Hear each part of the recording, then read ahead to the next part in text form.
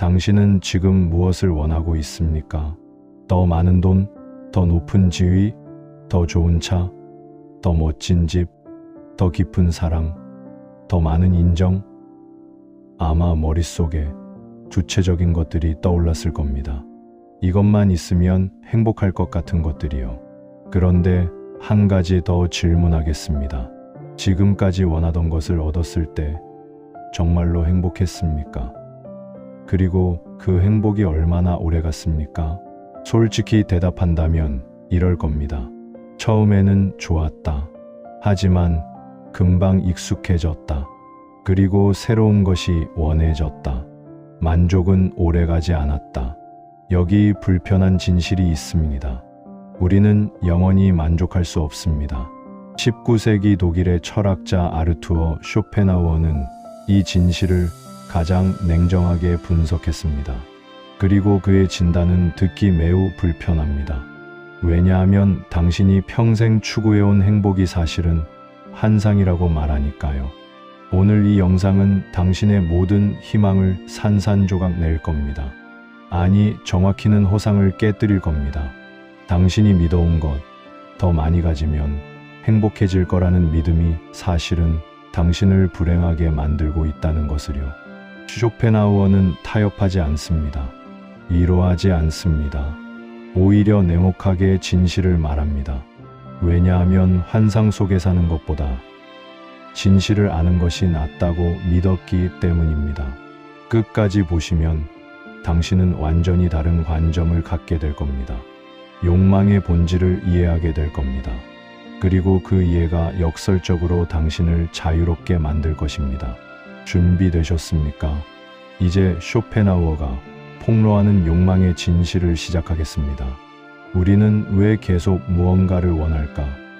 이것이 첫 번째 질문입니다. 인간은 끊임없이 원합니다. 아침에 눈을 뜨는 순간부터 원하기 시작합니다. 배고픔을 느낍니다. 먹고 싶습니다. 피곤합니다. 쉬고 싶습니다. 지루합니다. 재미있는 것을 원합니다. 그리고 더 큰 것들을 원합니다. 돈을 원합니다. 더 많은 돈을 원합니다. 사랑을 원합니다. 더 깊은 사랑을 원합니다. 성공을 원합니다. 더 큰 성공을 원합니다. 끝이 없습니다. 왜 이렇게 끊임없이 원할까요? 쇼펜하우어는 명확하게 답합니다. 의지 때문이다.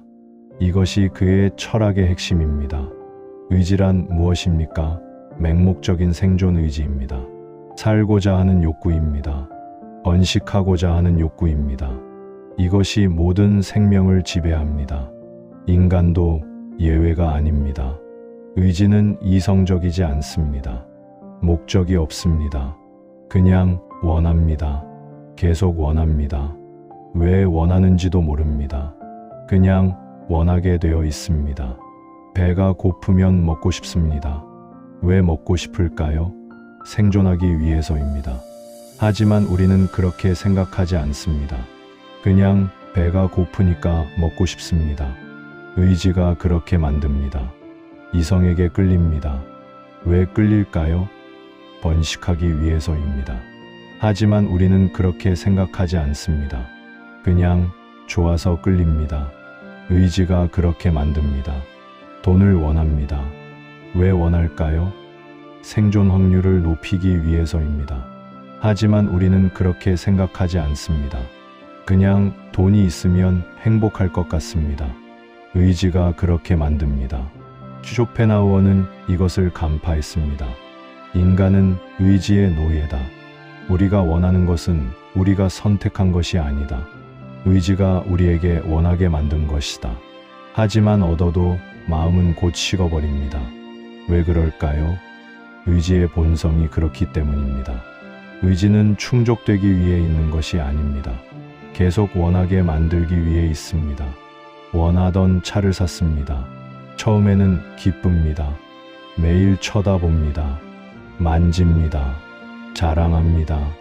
하지만 한 달이 지나면 어떻습니까? 그냥 차입니다. 익숙해집니다.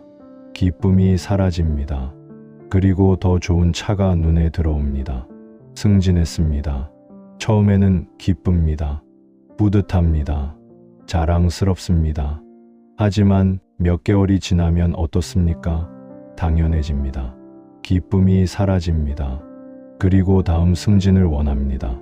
사랑하는 사람을 만났습니다. 처음에는 황홀합니다. 세상에서 가장 행복합니다. 하지만 1년, 2년이 지나면 어떻습니까? 익숙해집니다. 설렘이 사라집니다. 권태가 옵니다.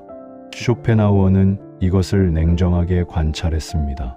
인간은 결코 만족하지 못한다. 무엇을 얻어도 곧 익숙해진다. 그리고 새로운 것을 원한다.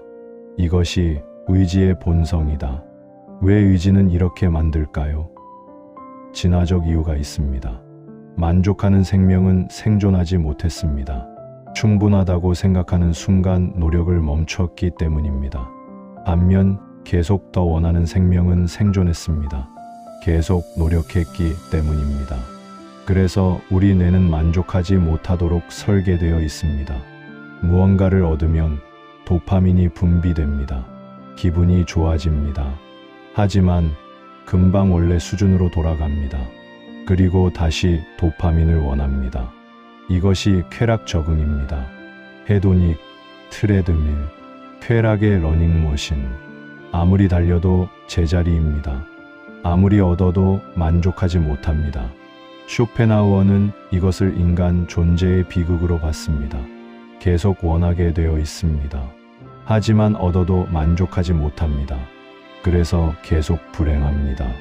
그렇다면 기쁨은 왜 오래가지 않을까요? 행복은 왜 오래가지 않을까? 이것이 두 번째 질문입니다. 기쁨은 잠깐입니다. 쇼펜하우어의 냉혹한 관찰입니다. 그리고 그 뒤에는 익숙함과 권태가 찾아옵니다. 왜 그럴까요? 쇼펜하우어는 설명합니다. 행복은 긍정적인 상태가 아니다. 행복은 고통의 부재일 뿐이다. 무슨 뜻입니까? 행복 그 자체로 존재하는 것이 아니라는 겁니다. 목마름이 해소될 때 기쁩니다. 하지만 그 기쁨은 목마름이라는 고통이 사라져서 느끼는 것입니다. 목마름이 없었다면 기쁨도 없었을 겁니다. 배고픔이 해소될 때 기쁩니다. 하지만 그 기쁨은 배고픔이라는 고통이 사라져서 느끼는 것입니다. 배고프지 않았다면 밥 먹는 것이 기쁘지 않을 겁니다. 욕망이 충족될 때 기쁩니다. 하지만 그 기쁨은 욕망이라는 고통이 사라져서 느끼는 것입니다. 욕망이 없었다면 충족의 기쁨도 없었을 겁니다. 쇼펜하우어의 비유를 들어봅시다. 햇빛을 느끼는 것은 그늘에 있었기 때문입니다. 계속 햇빛에 있으면 느끼지 못합니다. 오히려 더워집니다. 행복도 마찬가지입니다. 행복은 대비해서 옵니다. 고통이 있었기 때문에 고통의 부재가 기쁜 것입니다. 계속 고통이 없으면 기쁨도 없습니다. 그냥 당연한 상태가 됩니다. 그래서 기쁨은 오래가지 않습니다. 고통이 사라지는 순간 기쁩니다. 하지만 곧 익숙해집니다. 당연해집니다. 기쁨이 사라집니다. 새 직장에 갑니다. 첫날은 설렙니다. 기쁩니다. 하지만 한 달이 지나면 어떻습니까? 익숙해집니다. 출근이 당연해집니다.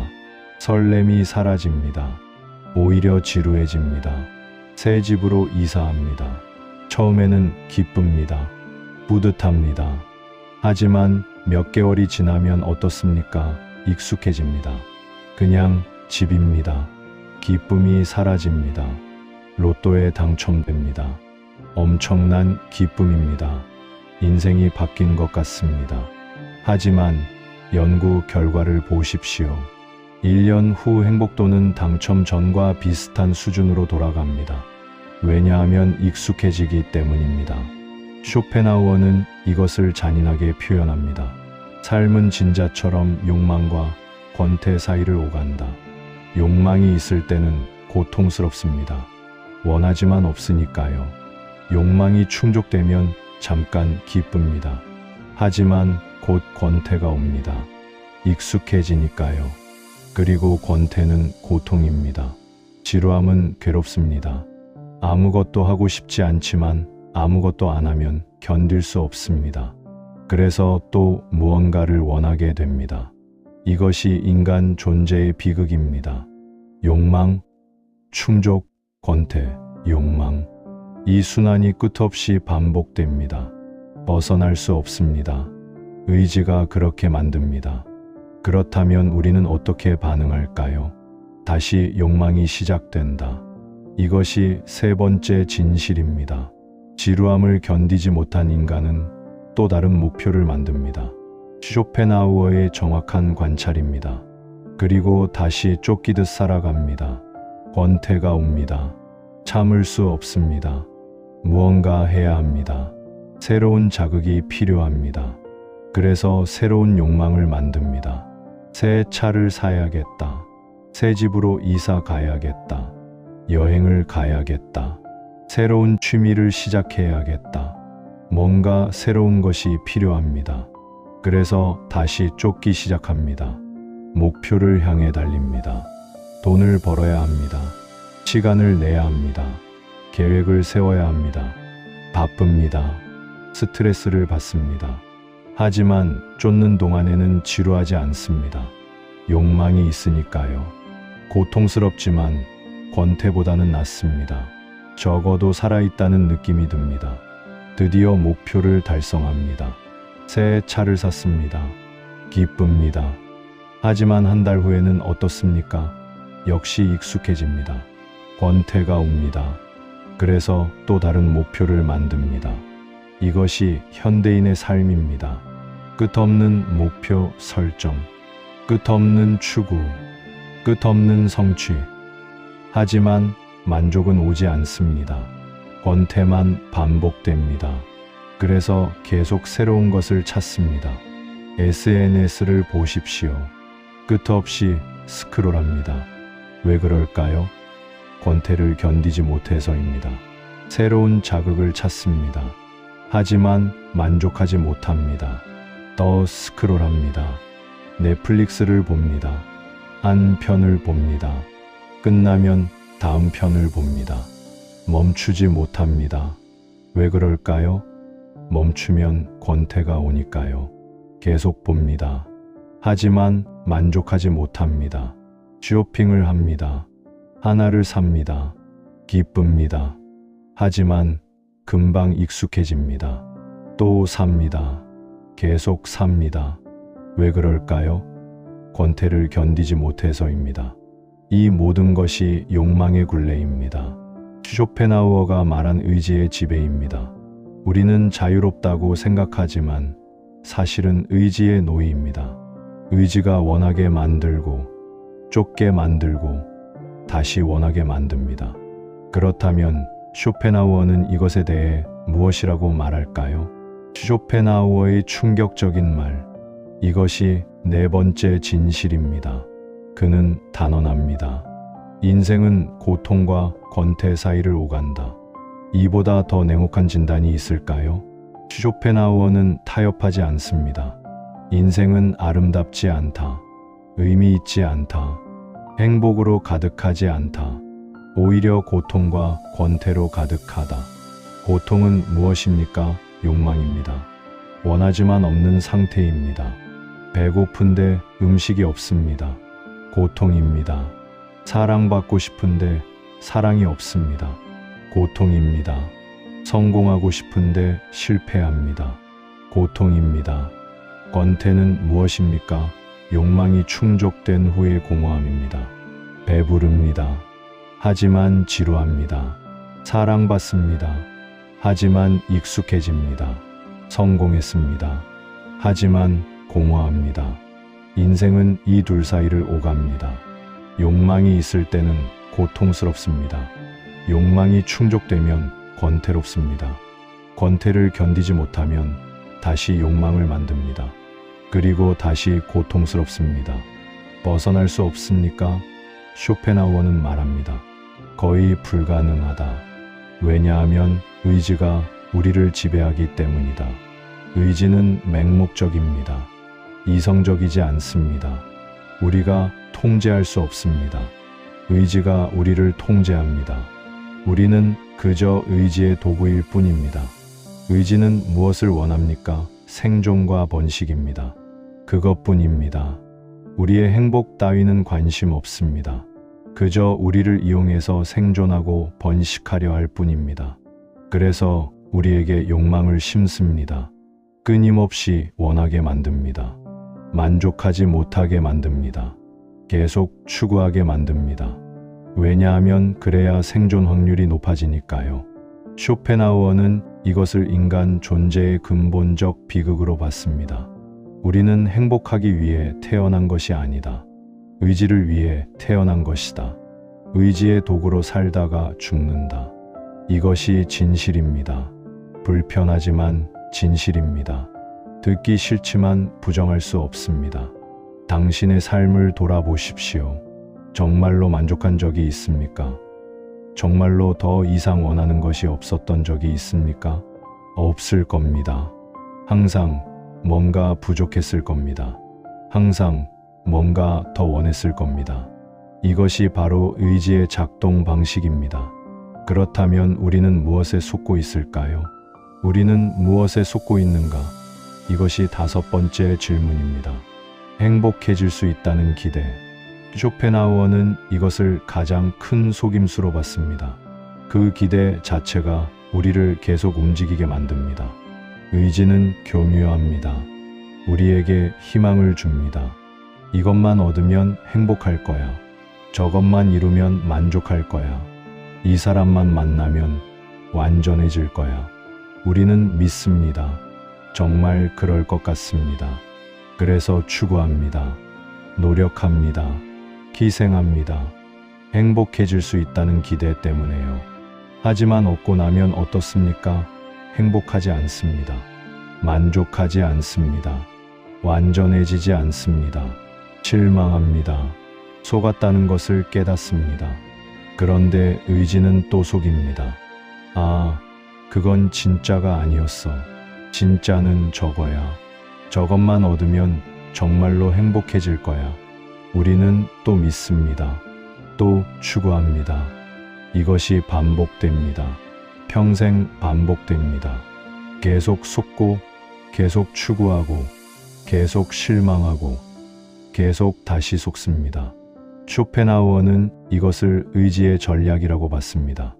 의지는 우리를 계속 움직이게 만들어야 합니다. 멈추면 안 됩니다. 만족하면 안 됩니다. 그래서 희망이라는 당근을 계속 앞에 매달아 놓습니다. 구체적으로 봅시다. 젊었을 때 생각합니다. 좋은 대학에 가면 행복할 거야. 들어갑니다. 행복합니까? 잠깐입니다. 곧 생각합니다. 좋은 직장에 가면 행복할 거야. 취직합니다. 행복합니까? 잠깐입니다. 곧 생각합니다. 승진하면 행복할 거야. 승진합니다. 행복합니까? 잠깐입니다. 곧 생각합니다. 결혼하면 행복할 거야. 결혼합니다. 행복합니까? 잠깐입니다. 곧 생각합니다. 집을 사면 행복할 거야. 삽니다. 행복합니까? 잠깐입니다. 곧 생각합니다. 아이가 크면 행복할 거야. 아이가 큽니다. 행복합니까? 잠깐입니다. 곧 생각합니다. 은퇴하면 행복할 거야. 은퇴합니다. 행복합니까? 아닙니다. 여전히 뭔가 부족합니다. 평생 행복을 쫓았습니다. 하지만 행복은 항상 저 앞에 있었습니다. 도달하지 못했습니다. 왜냐하면 도달할 수 없게 만들어져 있기 때문입니다. 쇼펜하우어는 이것을 명확히 봤습니다. 행복은 목표가 아니다. 미끼다. 우리를 계속 움직이게 만드는 미끼다. 우리는 그 미끼에 속아서 평생을 산다. 그렇다면 완전히 절망해야 할까요? 쇼펜하우어는 아니라고 말합니다. 그럼에도 살아가는 이유. 이것이 마지막 가르침입니다. 쇼펜하우어는 절망만 말하지 않습니다. 많은 사람들이 오해합니다. 쇼펜하우어를 염세주의자라고 부릅니다. 모든 것을 부정적으로 본다고 생각합니다. 하지만 쇼펜하우어는 현실주의자였습니다. 진실을 말했을 뿐입니다. 그리고 진실을 아는 것이 해방의 시작이라고 믿었습니다. 쇼펜하우어는 말합니다. 욕망을 줄이고 현실을 이해할 때 비로소 조용한 평온이 찾아온다. 어떻게 욕망을 줄일까요? 첫째, 알아차림입니다. 욕망이 일어날 때 알아차리십시오. 아, 지금 의지가 나를 움직이려 하는구나. 이것을 얻으면 행복할 거라고 속이려 하는구나. 알아차리는 순간 거리가 생깁니다. 욕망과 나 사이에 공간이 생깁니다. 자동으로 반응하지 않게 됩니다. 멈출 수 있습니다. 생각할 수 있습니다. 둘째, 질문하십시오. 이것을 정말로 원하는가? 아니면 의지가 원하게 만드는 것인가? 이것을 얻으면 정말로 행복할까? 아니면 잠깐 기쁘다가 다시 권태가 올까? 과거를 돌아보십시오. 원하던 것을 얻었을 때 오래 만족했습니까? 아닙니다. 금방 익숙해졌습니다. 이번에도 똑같을 겁니다. 셋째, 단순하게 사십시오. 욕망을 줄이십시오. 필요한 것만 가지십시오. 과시하지 마십시오. 남과 비교하지 마십시오. 욕망이 줄어들면 고통도 줄어듭니다. 넷째, 현재에 집중하십시오. 미래의 행복을 쫓지 마십시오. 지금 이 순간을 사십시오. 미래의 행복이 있다는 환상을 버리십시오. 지금 할 수 있는 것을 하십시오. 다섯째, 예술과 철학에 빠지십시오. 쇼펜하우어는 이것을 의지로부터의 일시적 해방이라고 봤습니다. 아름다운 음악을 들을 때, 훌륭한 그림을 볼 때, 깊은 사색에 빠질 때 잠시 욕망이 멈춥니다. 평온이 옵니다. 여섯째, 연민을 키우십시오. 다른 사람도 똑같이 고통받고 있다는 것을 이해하십시오. 모두가 의지의 노예입니다. 모두가 욕망과 권태 사이를 오갑니다. 이것을 이해하면 연민이 생깁니다. 일곱째, 기대를 낮추십시오. 인생에서 큰 행복을 기대하지 마십시오. 고통이 적은 것만으로도 감사하십시오. 권태를 견딜 수 있으면 괜찮습니다. 욕망이 너무 세지 않으면 다행입니다. 여덟째, 지혜를 추구하십시오. 진실을 이해하십시오. 욕망의 본질을 꿰뚫어 보십시오. 이해하면 속지 않습니다. 속지 않으면 덜 고통받습니다. 쇼펜하우어는 이렇게 말했습니다. 삶은 고통이다. 하지만 이것을 이해하는 순간 조금 덜 고통스러워진다. 욕망을 줄이는 순간 조금 더 평온해진다. 완전한 행복은 불가능하지만 조용한 평안은 가능하다. 이것이 쇼펜하우어의 희망입니다. 큰 행복이 아니라 작은 평안, 강렬한 기쁨이 아니라 고요한 만족, 끝없는 추구가 아니라 적당한 체념. 체념이 부정적으로 들립니까? 쇼펜하우어에게 체념은 지혜입니다. 불가능한 것을 쫓지 않는 것입니다. 환상에 속지 않는 것입니다. 현실을 받아들이는 것입니다. 현실을 받아들이면 평온해집니다. 더 이상 쫓지 않아도 됩니다. 더 이상 증명하지 않아도 됩니다. 더 이상 되려고 애쓰지 않아도 됩니다. 그냥 있으면 됩니다. 쇼펜하우어의 가르침을 정리하면 이렇습니다. 인생은 고통과 권태로 가득하다. 욕망은 끝이 없다. 행복은 환상이다. 하지만 이것을 이해하면 자유로워질 수 있다. 욕망을 줄이면 평온해질 수 있다. 완전한 행복은 불가능하지만 조용한 평안은 가능하다. 오늘 이 영상을 본 당신은 이제 선택할 수 있습니다. 계속 환상을 쫓을 것입니까?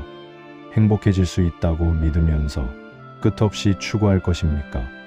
그리고 계속 실망할 것입니까? 아니면 깨어날 것입니까? 욕망의 본질을 이해하고 기대를 낮추고 조용한 평안을 추구할 것입니까? 쇼펜하우어는 말합니다. 진실을 아는 것이 고통스러울 수 있다. 하지만 환상 속에 사는 것보다 낫다. 왜냐하면 진실을 알면 자유로워질 수 있기 때문이다. 오늘부터 시작하십시오. 욕망을 관찰하십시오. 왜 이것을 원하는지 물어보십시오. 정말로 필요한지, 아니면 의지가 원하게 만드는 것인지. 과거를 돌아보십시오. 원하던 것을 얻었을 때 정말로 행복했습니까? 그 행복이 얼마나 갔습니까? 이것을 정직하게 보십시오. 기대를 낮추십시오. 큰 행복을 기대하지 마십시오. 고통이 적은 것, 권태를 견딜 수 있는 것, 이것만으로도 괜찮습니다. 단순하게 사십시오. 욕망을 줄이십시오. 필요한 것만 가지십시오.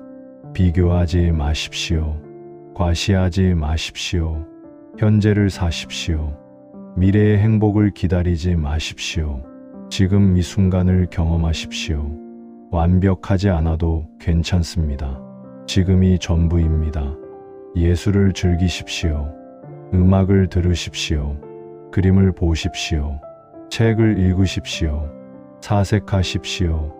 이 순간만큼은 욕망이 멈춥니다. 평온이 옵니다. 연민을 키우십시오. 다른 사람도 똑같이 고통받는다는 것을 이해하십시오. 모두가 욕망과 싸우고 있습니다. 모두가 권태와 싸우고 있습니다.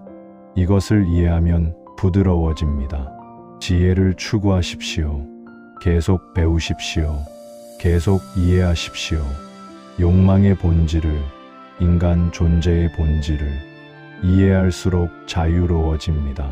쇼펜하우어는 냉혹합니다. 하지만 정직합니다. 환상을 팔지 않습니다. 이로하지 않습니다. 하지만 진실을 말합니다. 그리고 그 진실이 당신을 자유롭게 할 것입니다. 완전한 행복은 불가능합니다. 이것을 받아들이십시오. 하지만 조용한 평안은 가능합니다. 이것을 추구하십시오. 쇼펜하우어의 지혜가 여러분과 함께하기를 바랍니다. 욕망의 본질을 이해하고 환상에서 깨어나고 조용한 평온을 찾기를 바랍니다. 감사합니다.